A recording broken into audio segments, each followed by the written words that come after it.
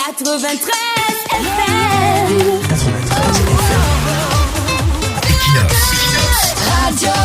Bonjour, aucune dictature ne peut dépasser un peuple, aucun dictateur ne peut tenir un peuple en captivité. C'est le peuple qui se laisse vaincre, c'est le peuple qui se laisse tenir en captivité.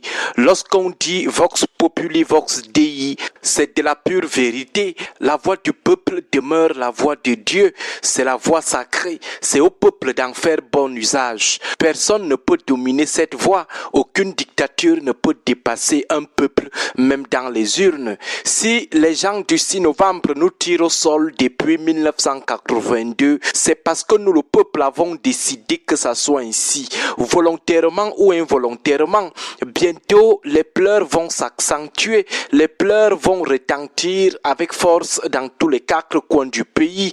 Attendons d'ici fin février, les gens auront plus de veines sur les visages et ça ne sera que la conséquence du choix du peuple de soutenir ceux qui les tirent au sol. Ce qui va encore nous arriver en 2025, plus grave au niveau de la vie chère, ne sera que le résultat du mauvais choix des locataires du don chinois construit en Guayaquil.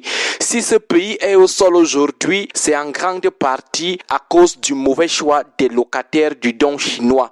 Quelle est la mission que nous, le peuple camerounais, avions donné aux locataires du don chinois? 2 missions. La première, dire aux ministres ce qu'ils doivent faire chaque année et comment ils doivent le faire avec l'argent du peuple qu'ils vont décider de donner à chacun d'eux.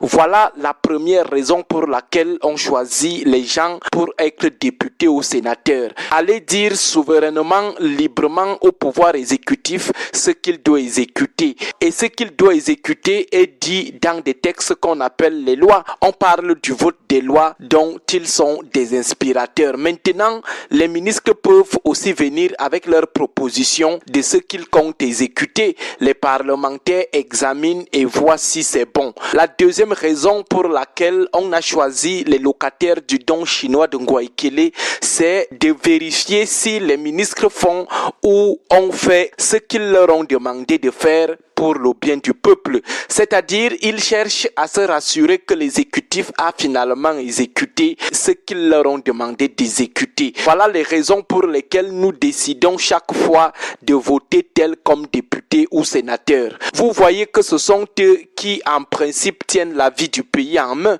Ce sont eux les vrais décideurs. Ce sont eux les vrais gens qui doivent surveiller si tout a été bien fait. Malheureusement, avec le temps et au regard des manquements graves des députés et sénateurs à leurs 2 missions, on se rend compte que le peuple a toujours fait le choix délibéré de choisir les gens qui n'ont aucune envie de remplir leurs 2 missions.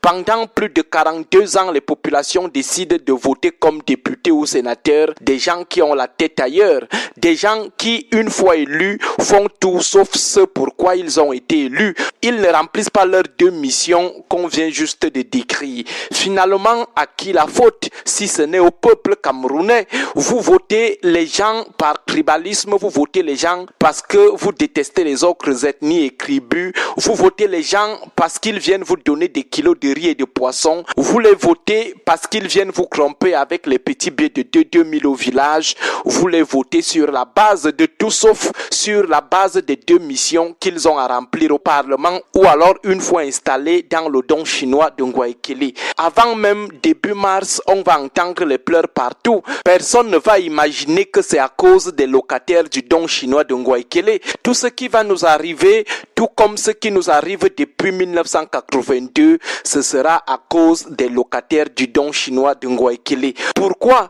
Parce que une fois de plus, ils ont failli à leurs 2 missions et nous sommes restés comme d'habitude bouche bée et nous sommes d'ailleurs prêts à les reconduire aux prochaines élections législatives. D'abord, ils ne disent jamais rien aux ministres. Ils n'ont jamais dit aux ministres ce qu'ils doivent faire.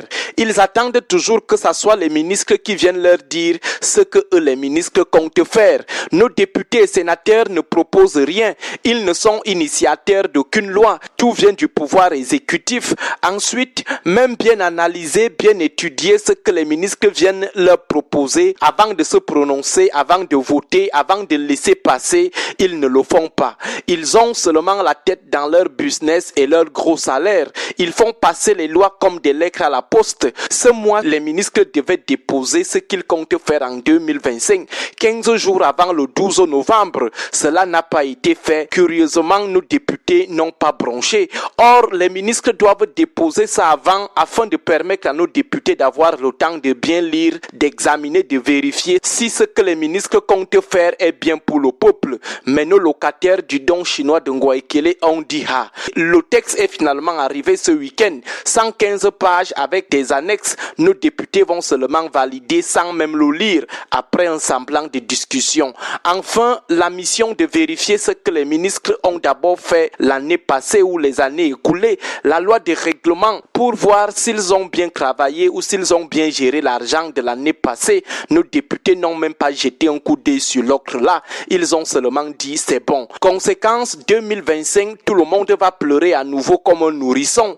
Après les pleurs, on va voter les mêmes auteurs de nos pleurs. Parfois, nous nous disons que Dieu doit un jour bien fouetter les Camerounais. Là, ils auront la possibilité de bien pleurer comme des nouveaux-nés. Agréable journée à tous. Agréable journée. 93 FM.